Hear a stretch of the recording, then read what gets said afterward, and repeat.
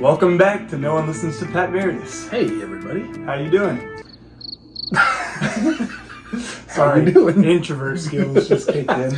Yep. I'm Owen. I'm Matt. And today we're going to do another theology video in Yeah. a minute. So Yeah, you hear theology, you're like, oh, it's not going to be funny.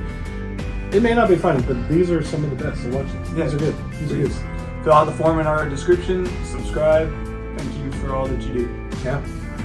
So, Good times. without further ado, let's just go ahead and dive straight in. What are we watching? So, I think you've heard, but there's been some recent controversy with a pastor getting kicked off stage. Okay. Are you familiar? Yeah, Mark Driscoll. Yes. Who's a pastor down in Scottsdale, Yeah. Arizona. Mm-hmm. So, yeah, he was at some kind of men's conference. Yes. Right. Okay. So, basically, at some point there was a Stronger Men conference that was held. Okay.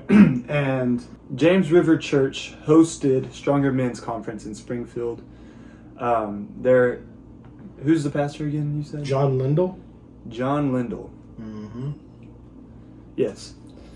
So basically, what they had at I didn't see much of the convention except for the popular parts that have kind of gone around. But Okay. you see monster trucks, a giant noticeable pole in the middle, and there's a man dancing on it. All of this other stuff. So then Mark Driscoll gets up. He has something prepared, and then once he gets up there, he feels led to call out everything that he had just seen up to this point. Okay. When he does that, he goes on for just a little bit before he's cut off by John, Okay.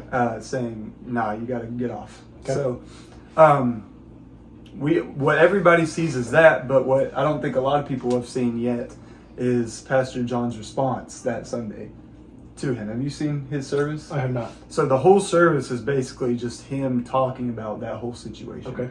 And there's a couple of critiques I have with it, but let's just watch the first clip and Okay. get into it.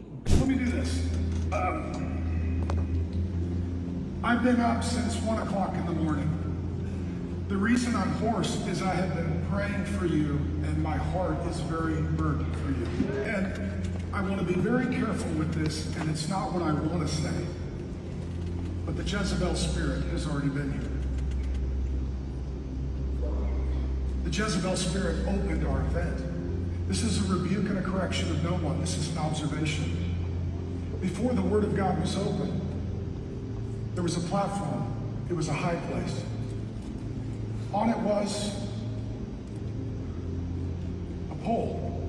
The same thing that's used in a strip club for women who have the Jezebel spirit to seduce men. In front of that was a man who ripped his shirt off like a woman does in front of a pole at a strip club. That man then ascended. See, our God is not arrogant. He doesn't ascend. Our God is humble. He descends.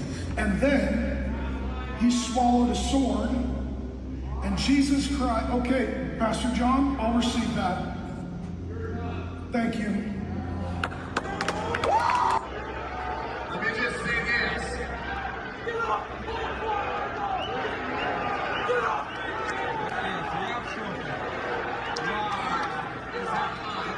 If Mark wanted to say that, he should have said it to me first. He didn't. Matthew 18. Matthew 18. If your brother offends you, go to him privately. I talked to Mark for a half hour. There was not one word of that. He's out of line. I'm going completely off what I just saw. Yeah. Because that's all I've seen. Yeah. So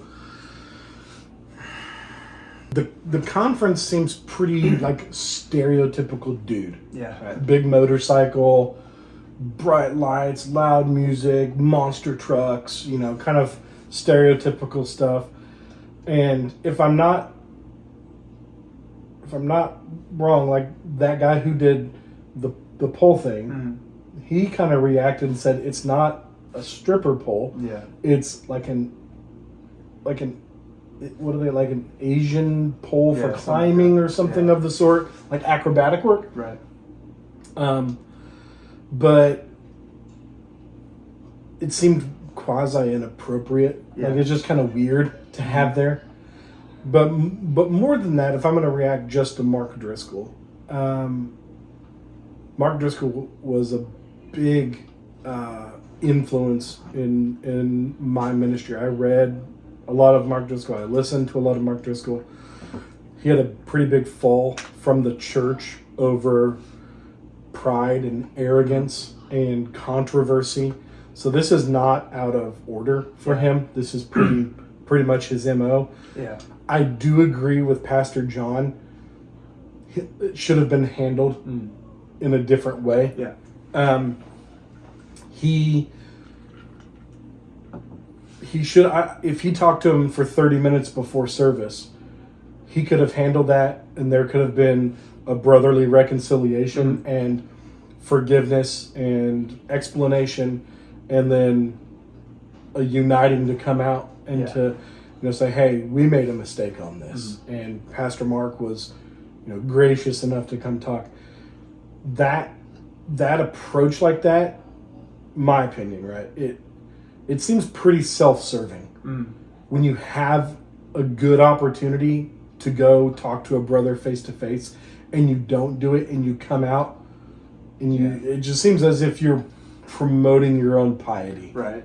So I don't know. I mean, that's kind of my first thought. I'm kind of on both sides of this fence here. Like, it kind of goes back to the Crossroads video we watched, where like, to what degree are you going to do this stuff to where it's not like overtaking the message? Yeah. Sure, that pole might be an acrobatic pole. I'm not discrediting that. And yes, the guy is Christian, though I'm pretty sure he used to be a stripper before that. Yeah, I've And heard his then- explanation of Christian, and it's kind of weird. But even disregarding that, though, Sure. if we just focus on the acrobat part, it's still colloquially known today as a stripper pole. Like, Yeah. when you see that, you are associating that with what it is. Well, especially if the person getting up there is half naked. is ripping his shirt off. Right. Now, he has said it's for grip, it's for the show, it's for safety, for Yeah. all of these things. But Either way, it's just an awkward thing to have a bunch of dudes staring at a dude with no yeah, shirt on. it is weird. And like, nobody's thinking, oh, this is acrobat. Everybody in that room is probably thinking, that's a stripper pole. You know Yeah. what I mean? Like, it just, it kind of defeats what I think they might have been trying to go for in the Stronger Men, whatever. So to call that out, I don't think he's wrong for necessarily calling it out, but maybe the way he did it. I think what he said was correct. Yeah. He was supposed to be talking about the Jezebel spirit. What is the definition of the I don't know. Jezebel spirit? I'm not quite sure what he means. Is by that kind of like, I mean, Jezebel was a pagan queen who worked her way into the Jewish line of kings and was just a wicked woman. I mean, I guess that's kind of what it's going for, just wickedness taking over something that's supposed to be good. I think so. I've never heard of people saying this is Jezebel spirit was already here. Like, I've never heard that, but I think I know what he's trying to say. Yeah, I mean, I get what he's saying. So, but as far as the Stronger Men's Conference, I disagree with a lot of the stuff that was happening up to this point. I think I agree with him calling it out.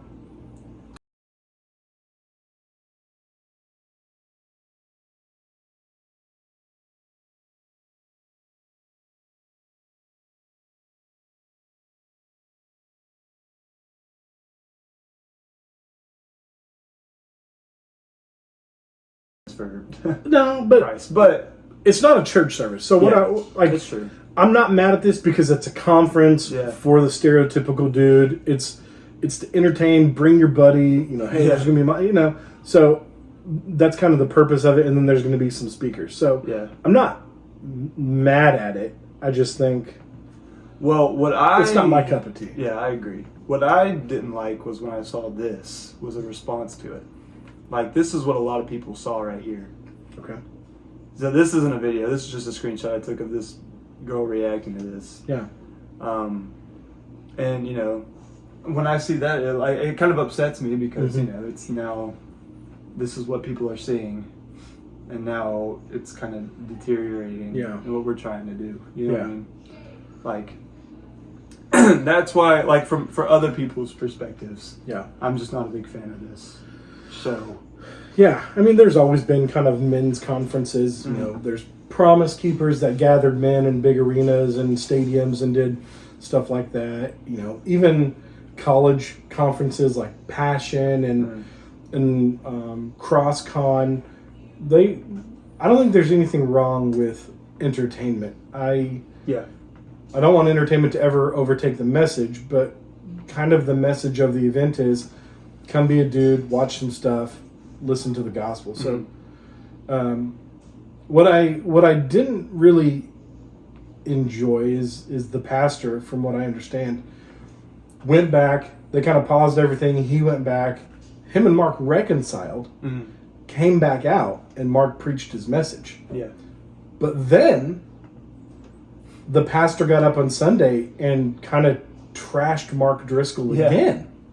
Which, if you've reconciled with a brother, you don't have the right to go out and do that, because that has been done. Yeah. Like the business is finished. Matthew 18 is completed, and you don't have the right to go do that unless you're just trying to stir up controversy, which I think was definitely wrong of that pastor to do. It's definitely almost not sort of hypocritical, but it's kind of ironic that he stopped the thing. He goes up, he's like, you should have said, you should have come to me, had two others, the Matthew 18, and then done this, but then he proceeds to, do almost the exact same thing.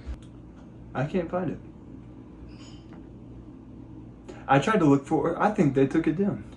I might be wrong. What was it about? So I can't find this video that we were supposed to react to. Okay. It was posted from James River Church, like on their YouTube channel. But I have transcripts. Basically, what's happening is he starts it off by talking about how great the men's conference was, and then he proceeds to do the whole service on basically Matthew 18 and Mark Driscoll. Okay. Calling him out, reading text messages that had been sent, talking about it, like all the drama that happened within it. To me, when I watched it, there would be points where he would say things I'd be like, you know what, he's right. Like, I agree. But then I would keep listening, and it almost sounded like when a younger sibling is like tattletaling on an older sibling to their mom. And like, he did this to me, but he did this and this and this. And you're trying to vindicate your actions. Yeah. And it's just so biblically inappropriate and wrong to get up in front of your congregation that you are supposed to be shepherding and gossip about another believer. Read full-on text messages. You're gossiping. Yeah. You are dividing the church. We believe in this thing called the universal church, where it's not just our local church that, we are connected to all other churches by the name of Christ. And if we get up and we trash another believer, we're dividing, And there'd be a lot of people who'd be like, oh, you just talked about Bill Johnson. You talked about Kenneth Copeland. Those men are heretical in their teaching. And I would say they're not like-minded believers in what we hold to. And I'll stand on that. But for a man who says that he reconciled, they came out, told the congregation, we've reconciled, allows him to preach in his church, and then comes up a few days later and does that it's just sinful. I agree. So, and one of the things that I noticed when looking in the comments of that video was it says, this pastor is why I don't go to church. Just stuff like this is why people just aren't involved. And it's sad to see, just petty, stupid stuff like this.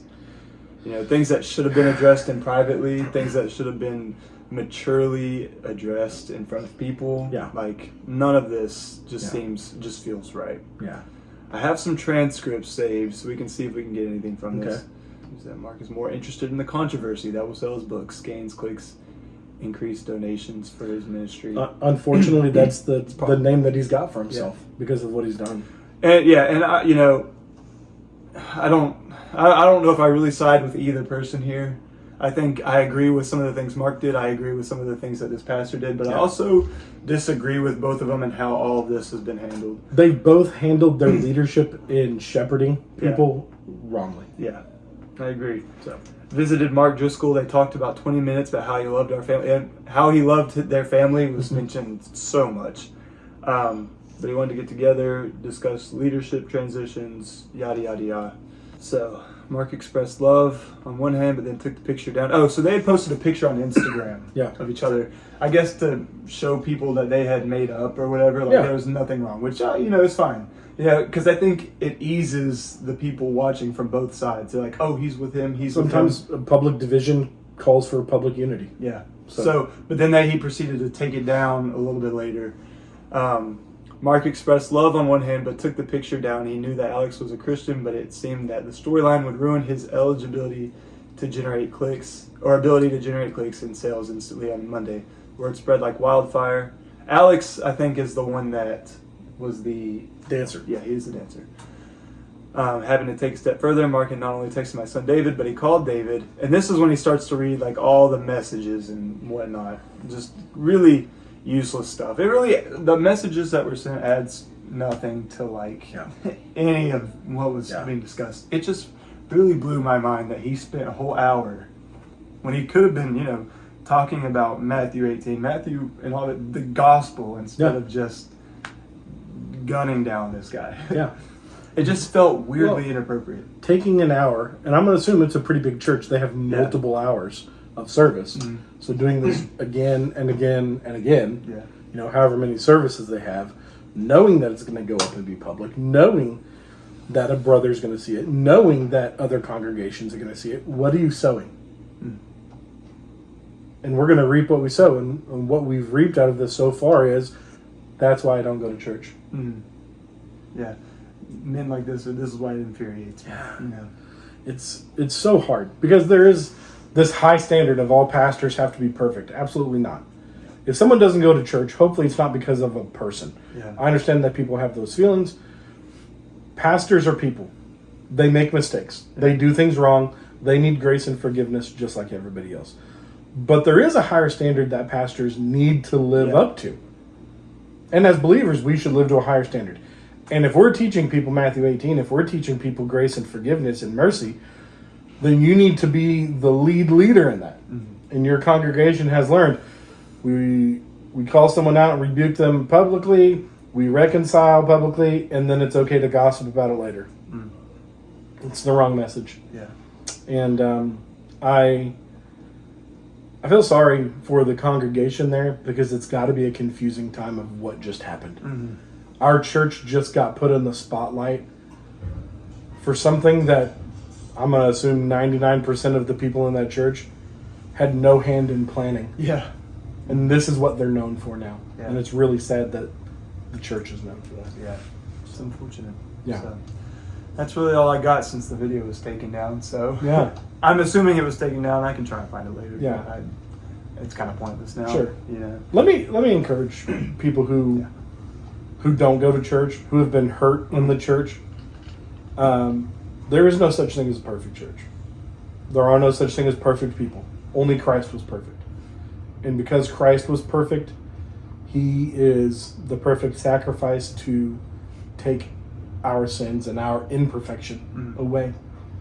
And if you've been hurt as a pastor, and I'm sure Owen as a churchgoer, as a believer, we're sorry that you've been hurt. Genuinely. I hate hearing about it all the time. It's so saddening. Yeah. We're sorry that you got hurt. Please don't give up on Christ because of his followers. Yeah.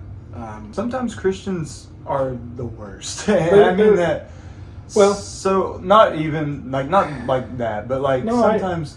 I get it. It's really hard. There's hypocrites. There's people that put themselves on a higher pedestal because they think that they're saved. The problem with Christians, and I am one, is that people know our values.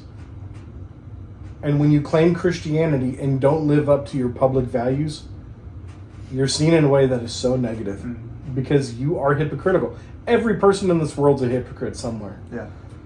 But this is why Christ is necessary. Man cannot save you.